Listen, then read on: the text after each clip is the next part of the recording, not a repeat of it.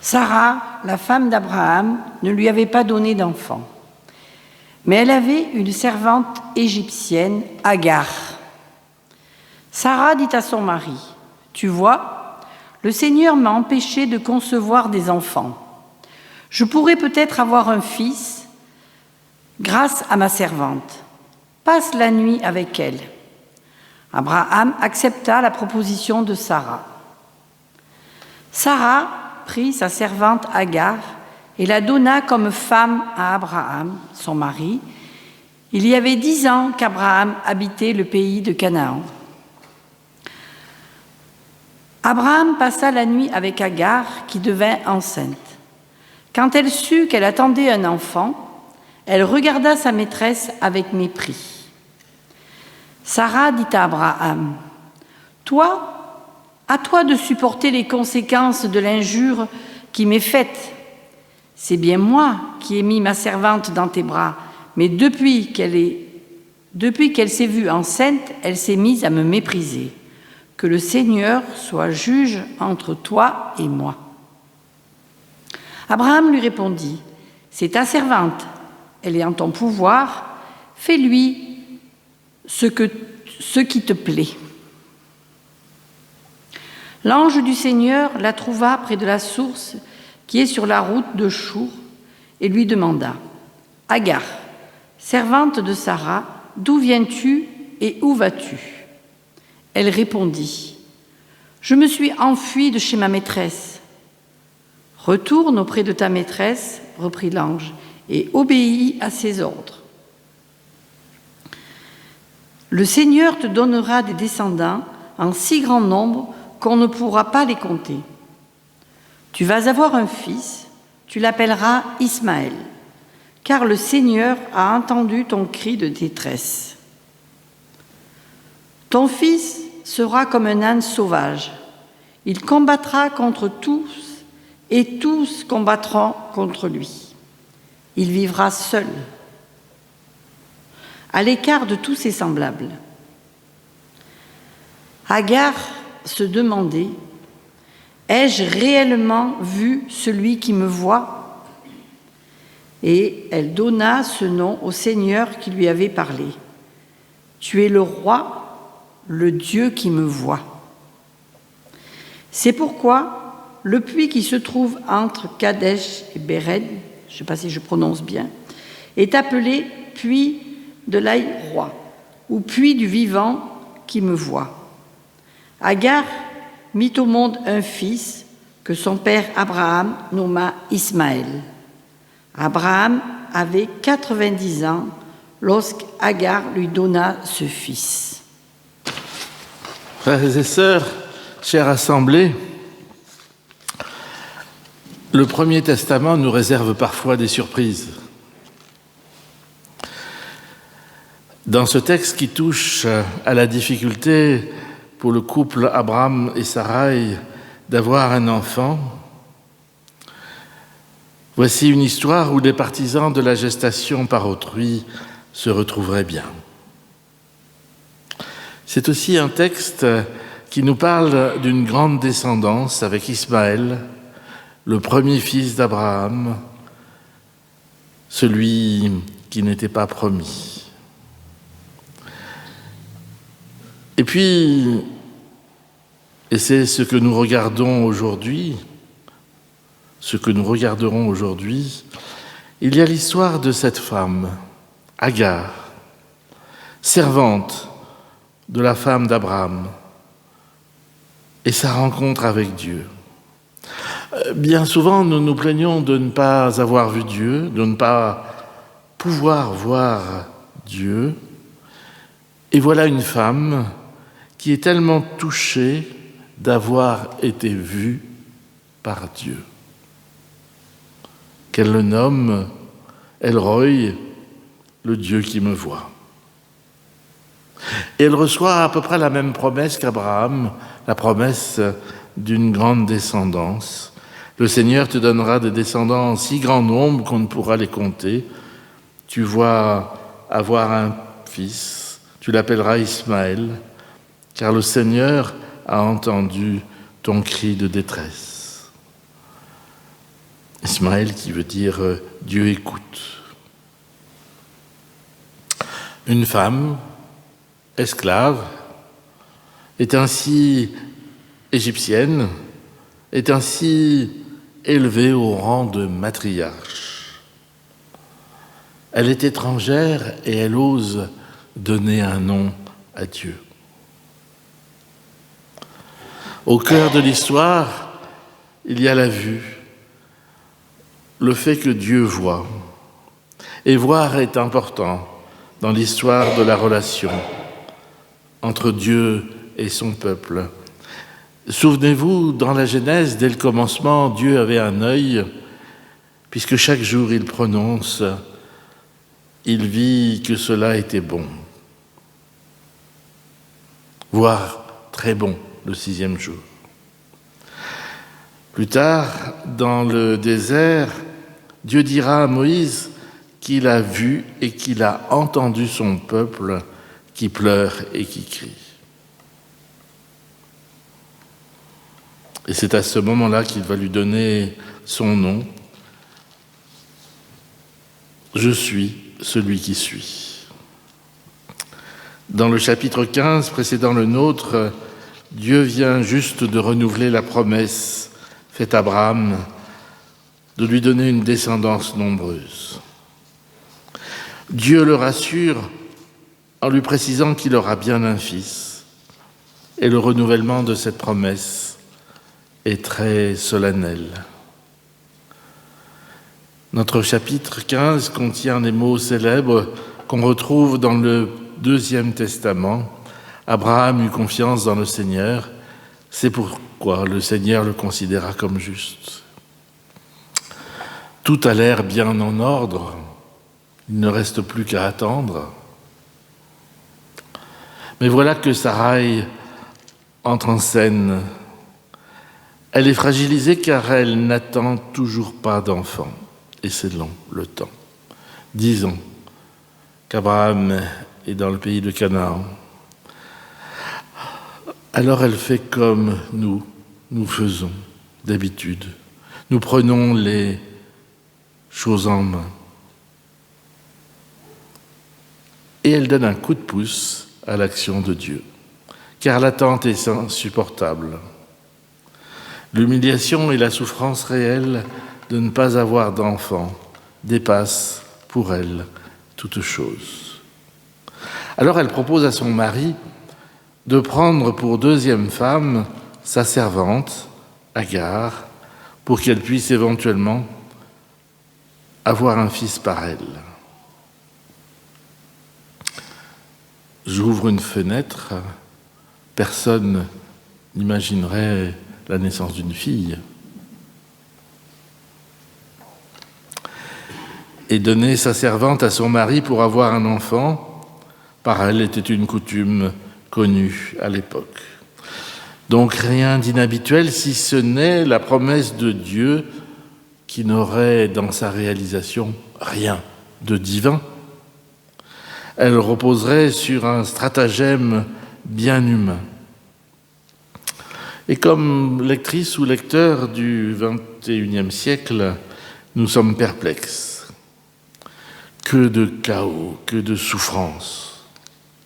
Et quel rôle pour les femmes? Nous sommes bien loin de l'égalité.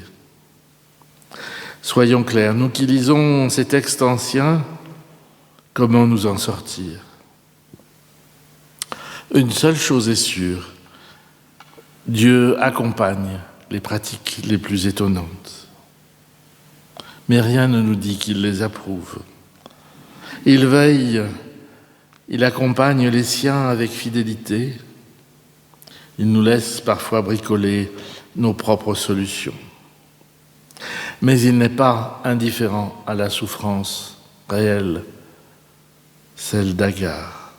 Il prend soin d'elle, car c'est Agar qui souffre, et c'est à Agar qu'il apparaît. Ce n'est pas Abraham ou Sarai qui souffrent d'impatience, d'incrédulité. Eux, ils ont déjà la promesse. Ici, tout se passe comme si, dans la grande histoire du salut, apparaît comme tissée au fil des textes une petite histoire, celle des petits et des petites. L'histoire marginale de ceux qui sont aux marges. Agar est obligée de fuir dans le désert pour éviter de mauvais traitements. Au cinéma, on dirait qu'elle sort du champ. Son histoire se perd, ou pourrait se perdre. Mais comment se perdre devant Dieu ? Dieu qui voit tout et qui sait tout. Ici, Dieu s'intéresse à la femme répudiée. Du coup, elle ne sort pas du champ. Du coup, elle se sait reconnue et fait l'expérience d'un Dieu qui la voit et qui s'occupe d'elle. Le Dieu veilleur que nous retrouvons dans les psaumes, le 121 notamment. Et elle sera au bénéfice d'une promesse similaire à celle d'Abraham, le père des croyants. Notre texte en dit long sur Dieu. Et là, nous constatons que nous nous prenons les pieds dans le tapis. Car si Dieu nous voit, nous avons plusieurs visions de Dieu. Plutôt sage, compatissant, réfléchi, parfois colérique et redresseur de tort. Il me vient à l'esprit une représentation courante de Jésus en peinture, les mains jointes devant lui, la tête légèrement inclinée sur le côté, les yeux fermés, le visage paisible et presque souriant. Du coup, c'est un Jésus isolé, hors du monde, qui nous est présenté alors qu'il a passé son temps à rencontrer des gens, à enseigner, à guérir, à discuter, à manger avec d'autres. Et pour Dieu, nous avons l'image de quelqu'un qui ordonne dans les deux sens du terme, c'est-à-dire qu'il donne des ordres et il met en ordre. Et au lieu de cela, nous avons un Dieu qui veille. Vous savez, un peu comme ces babysitters que nous payons au black, babysitter qui a compétence pour changer les couches, donner un biberon, voire consoler les peurs d'un cauchemar. Comme tout veilleur, il intervient quand il se passe quelque chose. Ici, il est très occupé avec le couple Sarah et Abraham, à qui il a promis une grande descendance, mais voilà qu'une servante, une femme qui appartient à sa maîtresse, se trouve dans le désert, isolée, enceinte, sans ressources. Alors, comme le Samaritain de la parabole, Dieu intervient tout à fait cessante. « D'où viens-tu et où vas-tu » lui demande l'ange du Seigneur, qui connaît forcément la réponse, puisque c'est l'ange du Seigneur, il sait d'où elle vient et où elle va. La réponse n'est pas ce qui l'intéresse. Il veut qu'Agar réfléchisse à ce qui lui arrive. Et là encore, nous avons parfois une image de Dieu qui a pour nous un destin, un plan. Il sait ce qui va nous arriver, nous laissant les bras ballants devant notre vie. Fatum. Et c'est faux. Dieu n'a rien à faire d'un peuple de robots, programmés pour obéir. Le Dieu que nous fêtons à Pessah, à la Pâque juive, est un Dieu de liberté qui fait sortir son peuple du pays d'Égypte, où il était esclave. Nous nous rendons compte de la densité de ce texte qui nous paraît tellement périmé. L'histoire d'un couple qui est trop âgé pour avoir un enfant Vous en connaissez tous autour de vous. L'histoire de cet homme, Abraham, qui dit à sa femme « C'est ta servante, elle est en ton pouvoir, fais-lui ce qu'il te plaît. » L'histoire de cette mère porteuse, forcément soumise et inférieure à la vraie mère. L'histoire de cet abandon, puis de cette solitude injuste dans le désert. Et face à ces histoires bien humaines, il y a la réaction de l'intéressé, Agar, qui dit « Tu es El Roi, le Dieu qui me voit ». Et du coup, notre petit texte s'insère dans notre actualité, lui qui nous raconte une fable. Il bouscule notre façon de voir les invisibles, les petits, ceux qui sont au service. Notre façon, en général, de traiter les femmes de par le monde. Notre façon de voir Dieu et d'envisager ses priorités. Agar est surprise, car Dieu la regarde telle qu'elle est, alors qu'elle se regarde telle que les autres la considèrent. On parle beaucoup de harcèlement, de personnes qui ne sont pas considérées, reconnues socialement, de personnes dépressives ou qui n'ont pas de goût à l'action. Et Dieu est là pour les relever. Agar, en appelant Dieu El Roi, nous rappelle que notre humanité vient en partie du fait que nous sommes sous le regard de Dieu. C'est quand nous nous détournons de ce regard que nous perdons notre humanité au profit de la loi du plus fort, du non-respect de l'autre, de la non-considération de l'autre, de l'exploitation de l'autre.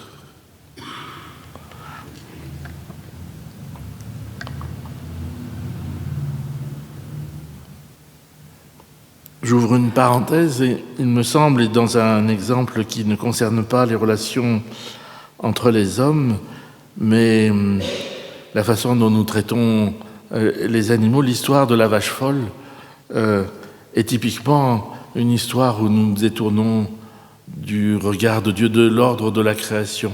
On donne à manger à des herbivores de la viande, de la nourriture animale. Tout est permis au nom du profit. Et nous sommes vus, nous sommes connus par Dieu, quel que soit notre parcours, quels que soient nos défis du moment. Abraham et Sarai n'ont pas le beau rôle dans l'histoire. Ils ne considèrent pas Agar comme une personne à part entière, égale à eux. Mais Dieu la voit, il veille. Il nous faut relever le défi d'incarner ce Dieu qui a même un projet pour les femmes et les hommes par lesquels au masculin ou au féminin, s'il crée une nouvelle humanité, elle n'est ni centrée sur un privilège masculin, ni sur un privilège féminin, mais sur une identité commune. Connaître El Roi et le suivre. Dieu que certains théologiens appellent le tout autre est si différent de notre humanité que les hommes et les femmes n'ont pu l'imaginer parce que bienveillant et anticonformiste. Dieu qui casse les tabous sociaux et religieux pour élever le faible et l'opprimé, comme le chantera Marie dans le Magnificat. Message si nouveau et si révolutionnaire que les églises ont eu vite fait d'en casser les effets au cours des siècles. Et ce sont ces passages-là que nous avons à redécouvrir, en laissant la parole de Dieu vivre en nous et dans nos communautés.